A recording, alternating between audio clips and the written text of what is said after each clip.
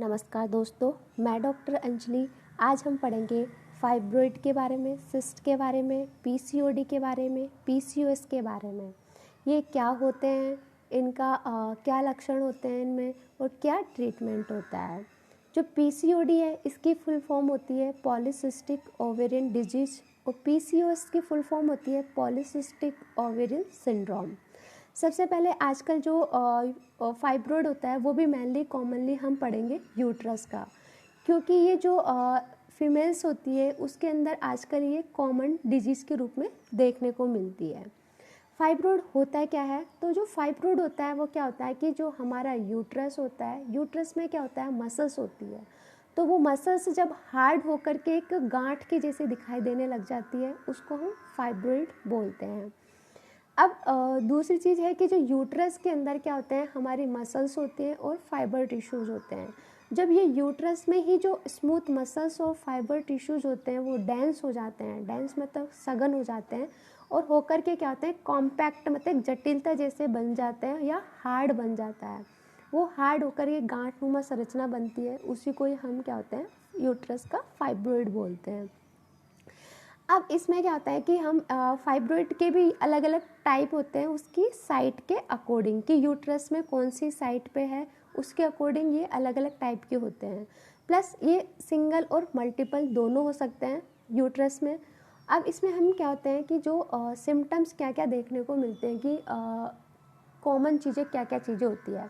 तो सबसे पहले कि बहुत ज़्यादा पीरियड्स के टाइम पे हमें हैवी ब्लीडिंग देखने को मिलेगी। दूसरी जैसे ब्लीडिंग होती है वो ऐसे क्या होती है, जैसे कि बारिश होती है मूसलाधार वैसे तेज़ होती है सडनली। तीसरी इसमें क्या होता है कि बैक एक के साथ में डल मतलब हल्का हल्का बैक पेन रहेगा कंटिन्यू। साथ ही साथ में जो पीरियड्स की फ्रीक्वेंसी होती है वो भी बहुत ज़्यादा अर्ली होते हैं। जैसे कि पीरियड्स की जो नॉर्मल साइकिल्स मानते हैं हम, वो हमारा 28 से 30 डेज़ का होता है। तो वो होगा हमें जैसे 14 से 15 दिन में आने लग गए या बहुत ज़्यादा इरेगुलर रहेंगे। जो पीरियड्स का जो टाइम टेबल होता है वो हमारा क्या होता है, इरेगुलर रहता है। दूसरे दो पीरियड्स के बीच का जो गैप होता है वो भी क्या होता है, सडनली ब्रेक डाउन हो जाता है ब्लीडिंग की वजह से, मतलब बीच बीच में स्पॉटिंग स्टार्ट हो जाती है। लोअर एब्डोमेन होता है उसमें क्या होता है, हैवीनेस रहेगा। हमारा जो एब्डोमेन का जो लोअर पार्ट होता है उसके अंदर क्या होता है, नीचे की तरफ बहुत ज़्यादा भारीपन रहता है, टाइटनेस रहती है। और जो लोअर एब्डोमेन होता है उसमें ऐसा लगता है कि हमें जैसे स्वेलिंग आ रही है या फिर इनलार्ज हो गया है। तीसरी चीज़ें होता है कि इसमें सबसे कॉन्स्टिपेशन देखने को मिलता है, स्टूल पास नहीं होता है और फ्लैटस होती है मतलब गैस बनती है। इसमें क्या होता है, सबसे इम्पोर्टेंट चीज़ें ये तीन ही चीज़ें होती है। एक तो यूरिन होता है, वो क्या होता है, डिफ़िकल्टी के मतलब बहुत ज़्यादा कठिनाई के साथ में पास होता है और बार बार पास होता है। स्टूल होगा उसमें क्या होता है, मेनली हम कॉन्स्टिपेशन देखने को मिलेगा और गैस रहेगी। यूरिनेशन, क्योंकि जो फाइब्रॉइड होता है उसका प्रेशर हमारे जो यूट्रस पे पड़ता है तो उससे क्या होता है, वो इरिटेट होगा। इरिटेट करेगा तो उससे क्या होगा, जो यूरिन होती है उसकी फ्रिक्वेंसी होगी वो ज़्यादा रहेगी। और इनफर्टिलिटी, सबसे जो कॉमन कोज होता है फीमेल्स के अंदर इनफर्टिलिटी का, वो यही होता है, या तो फाइब्रॉइड होता है या पॉलीसिस्टिक ओवेरियन डिजीज़ होती है। अब इसके कारण क्या होते हैं, तो हमारी जो लाइफ स्टाइल होती है आजकल की, वो ही सबसे इम्पोर्टेंट है हमारे इस डिजीज़ का कारण।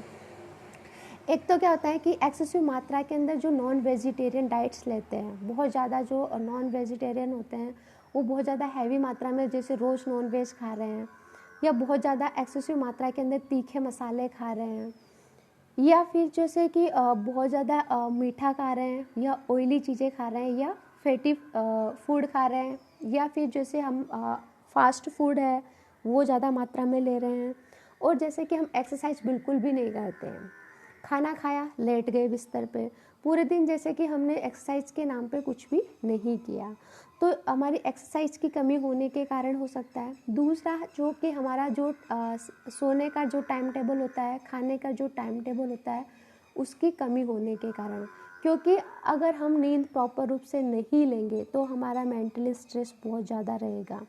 तो स्ट्रेस रहने के कारण हमारे जो हार्मोनल चेंजेस देखने को मिलेंगे, इसलिए हमें क्या होता है, अगर हमारी नींद का डिस्टर्बेंस रहता है तो उसकी वजह से साथ ही साथ में अगर हमारे खाने का जो टाइम टेबल है, बहुत ज़्यादा मात्रा में खाना खा रहे हैं, कभी कम खा रहे हैं, कभी हम खाना नहीं खा रहे हैं, तो ये सब कारण होते हैं किसके, फाइब्रोइड के या पॉलीसिस्टिक ओवेरियन डिजीज़ के।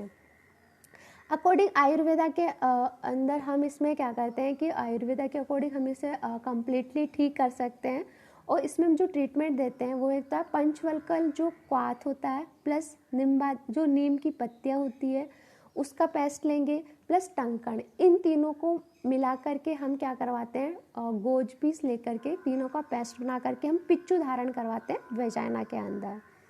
दूसरा है मेडिसिन के रूप में हम जैसे 10 मूलारिस्ट या रोहितारिस्ट, अब 10 मूलारिस्ट 20 ml और रोहितारिस्ट भी 20 ml बराबर मात्रा में पानी लेके गर्म पानी से हम पेशेंट को खाना खाने के बाद में देंगे। काचनार गुगलू की टैबलेट्स, अब काचनार गुगलू की टैबलेट्स हम पेशेंट्स को दे देते हैं, लेकिन हमसे पेशेंट को ये सजेस्ट करेंगे कि जो काचनार गुगलू होता है उसको या तो पेशेंट चबा करके खाए या पहले उनको क्रश करके फिर पानी के साथ में ले, ताकि जो गुगलू होता है उसका प्रॉपर एब्जॉर्बेशन, अगर प्रॉपर रूप से जो एब्जॉर्बेशन नहीं होगा तो अपनी मेडिसिन प्रॉपर रूप से काम नहीं करेगी। उसके अलावा शतावरी चूर्ण प्लस पंचकोल पाउडर और कामदूदा रस 125 mg, इन तीनों का भी पाउडर को तीनों को मिक्स करते हैं तीनों मेडिसिन को, और हाफ स्पून शहद के साथ में सुबह शाम देते हैं। गोमूत्र अर्क, अगर ताज़ा गोमूत्र मिल जाए तो सबसे बेस्ट है, लेकिन अगर ताज़ा नहीं मिलता है तो जो भी मेडिकल स्टोर पे मिलता है उसमें जो 2-2 स्पून बराबर पानी के साथ में लेना है खाना खाने के पहले। अब इसमें हमें ध्यान क्या रखना चाहिए, एक तो स्पाइसी फूड है उसको अवॉइड करना चाहिए, जो नॉन वेजिटेरियन है उनको कम्प्लीटली वेजिटेरियन की तरह, मतलब ऐसे कि नॉन वेज को खाना बंद कर देना चाहिए, जो बहुत ज़्यादा हैवी वर्कआउट करते हैं वो भी नहीं करना चाहिए, और बिल्कुल जो एक्सरसाइज नहीं करते वो भी नहीं करना चाहिए, क्योंकि एक्सरसाइज सबसे ज़्यादा ज़रूरी होती है। उसी के साथ में अगर मेंटली स्ट्रेस है तो उस मेंटली स्ट्रेस को सबसे पहले हमें उसको कम करना चाहिए। इसके अलावा हमें योगासन प्राणायाम ये करना चाहिए। बाकी उस पेशेंट की जो कंडीशन है, उसकी जो साइन सिम्टम्स है, उन पे डिपेंड करता है उसका ट्रीटमेंट। ये एक नॉर्मल बेसिक कंसेप्ट है, उसके अकॉर्डिंग मैंने आपको बताया है। अगर आपको इस चीज़ से रिलेटेड कोई भी समस्या है या आप इसी के बारे में कुछ और अधिक जानना चाहते हैं तो आप मेरे कमेंट बॉक्स में कमेंट करके पूछ सकते हैं। Thank you.